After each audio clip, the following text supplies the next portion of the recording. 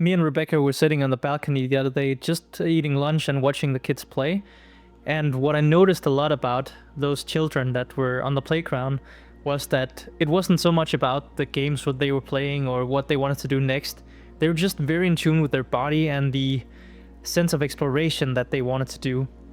And this is something that a lot of us lose when we become older, and I found a way to really recapture that kind of childlike inspiration.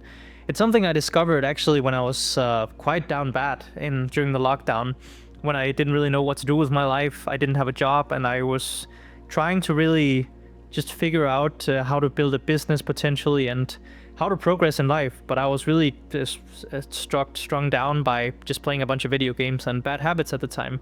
So I discovered how to really connect better with my breath. And you might think, Marcus, the breath, like that's so basic. What do you mean by the breath? I'm specifically talking about breath of work, which is a kind of exercise you can do, a kind of practice. It's kind of similar to meditation in a way, but it's not quite meditation. Specifically, I want to talk about something called the Wim Hof Method in this video.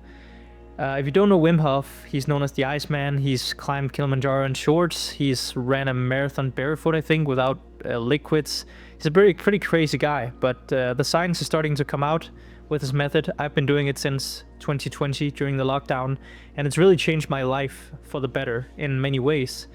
Has essentially become a emotional regulation tool for me. I do it typically 5 to 6 times a week, and the way it works is it typically takes around 10 to 15 minutes.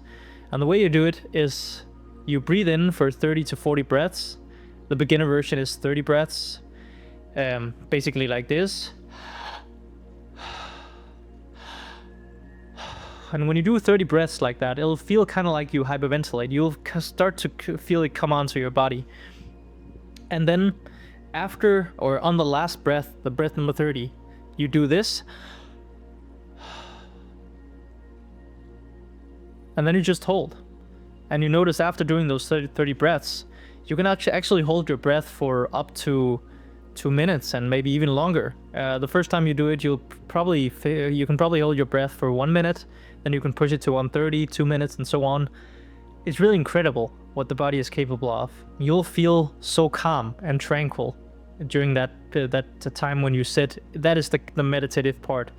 I'm not gonna do the whole thing with you here, but if you just look up Wim Hof Method, you'll find it on YouTube easily. It has many millions of views. I think it has 110, 20 million, something like that. I would recommend you just start with that. There is a beginner-friendly version you can pick as well. I occasionally do the 4-round version these days because I'm a bit more advanced with the method. It really allows you to dive deeper into the method itself the more you do, but to a certain extent. I mean, I wouldn't go past 4 or 5 rounds. I think that's plenty to get the benefits of the method.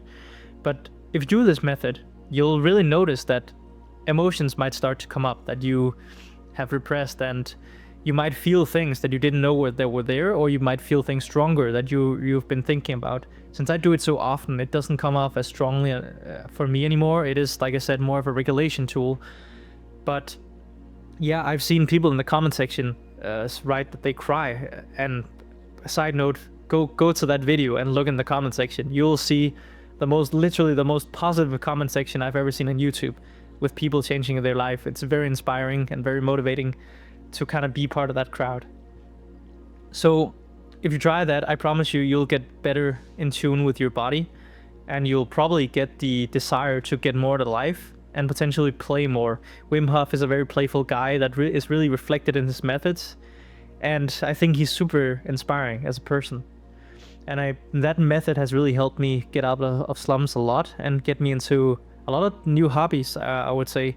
It's probably partially the reason why I'm exploring a new thing every single month. So today I'm actually going to a Krav Maga session. I got sick last week, so I postponed it to today.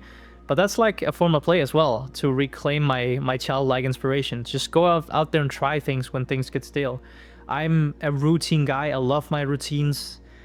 My whole day is basically a routine that I deviate from slightly when I want to try something. But actually, that slight deviation of trying something new occasionally, I think that's super important to keep your inspiration up there, your childlike inspiration. To have that, in a way, built into your schedule your routine schedule.